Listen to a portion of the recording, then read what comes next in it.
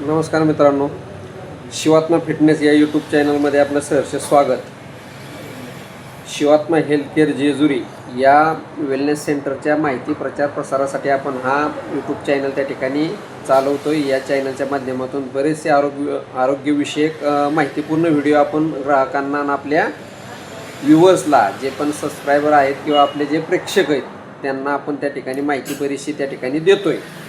आणि ह्या माहितीचा बराचसा उपयोग ग्रामीण जनतेला होतो आहे, सर्वसामान्य जनतेला होतो आहे. त्यांच्या ज्ञानात भर वाढून आपण त्यांना आरोग्याची एक लाट त्या ठिकाणी तयार करतो आहे. मिशन फिट इंडिया अंतर्गत आपलं हे वेलनेस सेंटर आपण या ठिकाणी टाकलेलं आहे.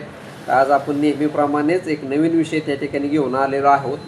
नवीन विषय त्या ठिकाणी आहे, जेंट्स लोकांसाठी आहे.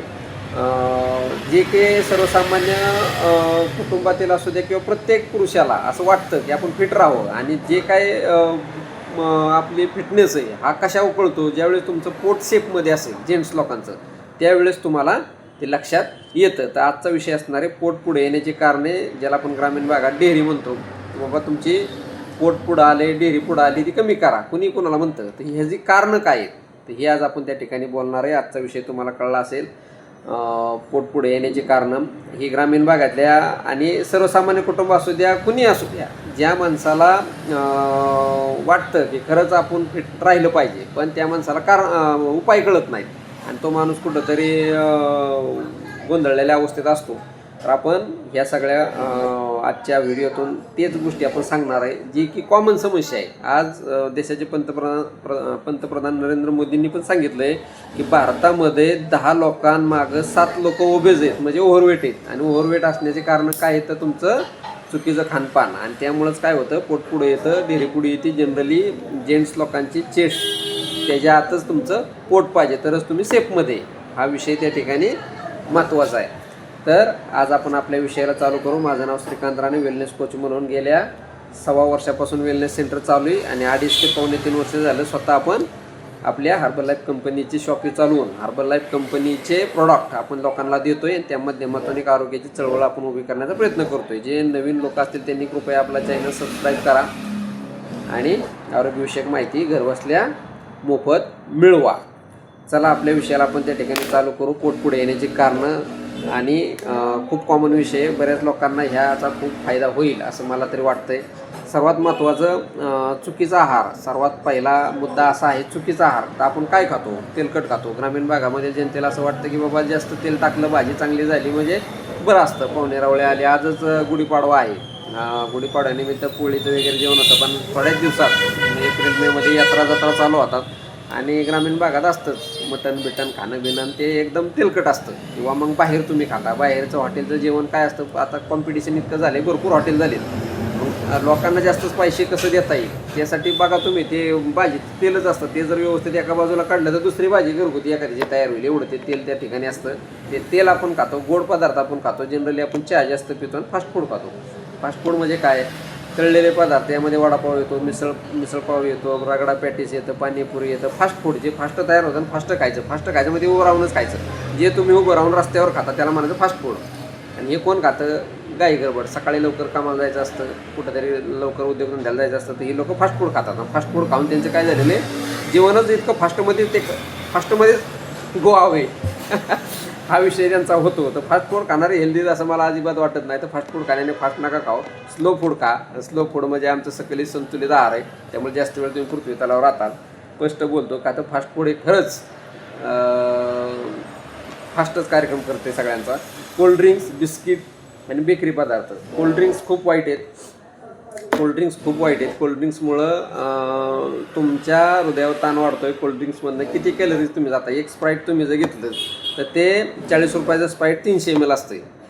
बघा तुम्ही, काही वेळेस 600 ml असते. अर्धा लिटरचं तुम्ही घेतलं आणि 100 रुपये 1.25 लिटर येते. 1.25 लिटर म्हणजे 1 लिटर म्हणजे 100 ml. म्हणजे 4-5 मित्र बसून कुठंतरी संपवतात. हे काय, एवढे कॅलरीज तुमच्या शरीरात जातात आणि त्यामुळे तुम्हाला त्रास होतो. बिस्किट आपण खातो, हे बिस्किट कधी बनवलेले असतात, नका खाऊ. बेकरी पदार्थामध्ये जे पण वापरलं जातं तर मैदा वापरला जातो आणि त्याच्यामुळं तुमचं पोट त्या ठिकाणी पुढं येतं. आणि ह्या सगळ्या गोष्टी डायरेक्ट अशा आहेत की त्या पोटावर चरबी वाढवतात. त्यामुळे आपण चुकीचा आहार नाही घेतला पाहिजे.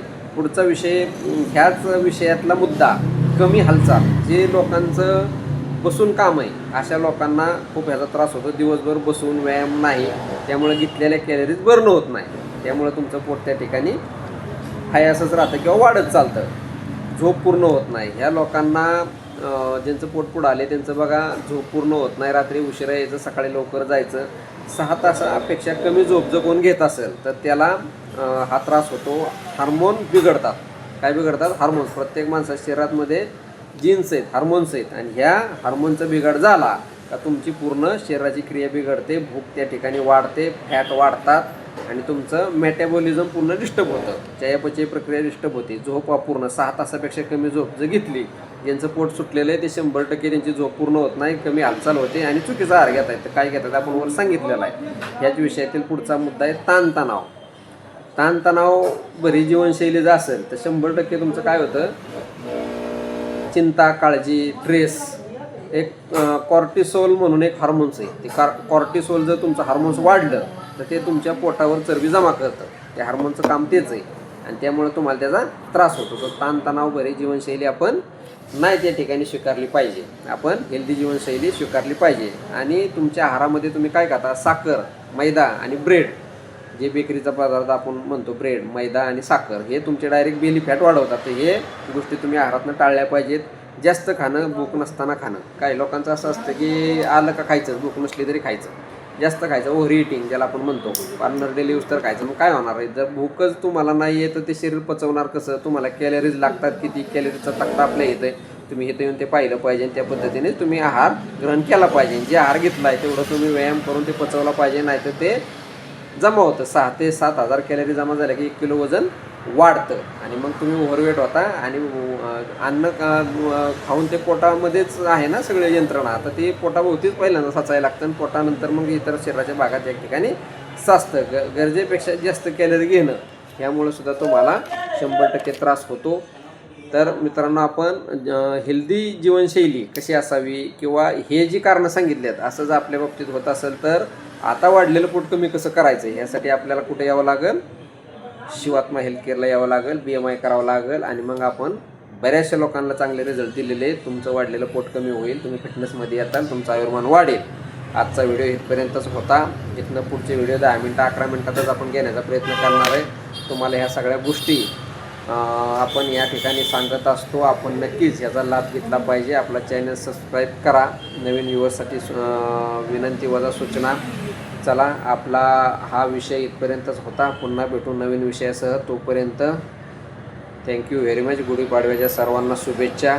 आनंदी हेल्दी आयुष्य तुम्ही त्या ठिकाणी व्यतीत करताय. भविष्यातही आरोग्यविषयक जनजागृती त्या ठिकाणी निर्माण होईल आणि आपल्याला आरोग्यविषयक कुठल्याही सेवा सुविधांची जर गरज पडत असेल तर नक्की शिवात्मा हेल्थकेअरला आपण संपर्क केला पाहिजे. जय हिंद, जय भारत.